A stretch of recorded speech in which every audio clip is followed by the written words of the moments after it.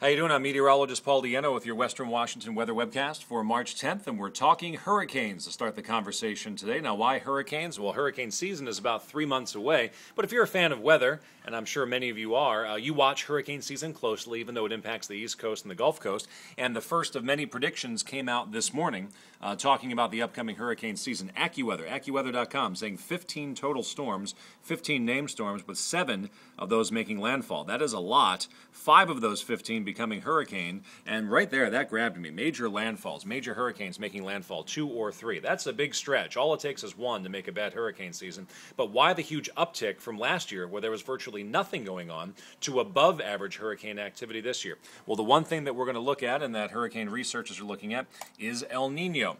During a typical hurricane season, when we don't have an El Nino, storms have the ability, with low wind shear, which typically happens during the summer months, to get a vertical build to them. And you need that high vertical build without much wind shear to cut off the top of a storm in order to get a strong tropical system and eventually a hurricane. Now, what happens during an El Nino summer is that the upper level winds are very strong. This creates vertical wind shear. Lower level winds going one way, upper level winds coming from the west can literally shear the top off or cut the top off of a growing tropical system, really limiting the activity. Here's a healthy system. When you get that vertical build, that looks like a hurricane. Here's what happens when you get that upper level wind shear. Thunderstorm activity on the eastern and northeastern flank, but nothing terribly strong, and it really limits how strong each tropical system can get.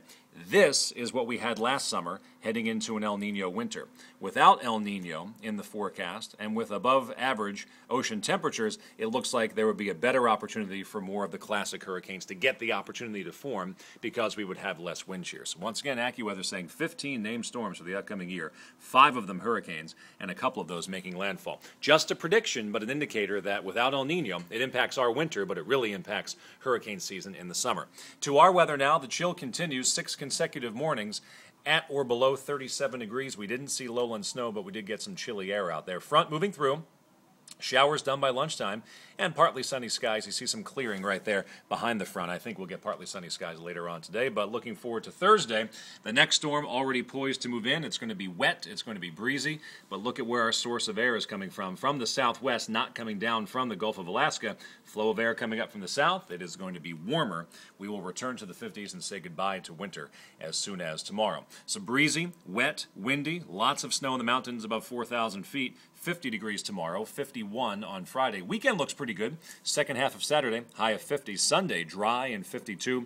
More showers coming back next week, but the wettest weather will be Thursday and Friday, where it's also going to be breezy in the greater Seattle area. So busy season coming up for hurricanes, but our winter is kind of taken off for a while. Chilly today, high of 48, but then we're done. Back to the 50s after that. That's your 4Dub Western Washington Weather Webcast for today. I'm meteorologist Paul Dieno. Have a great one.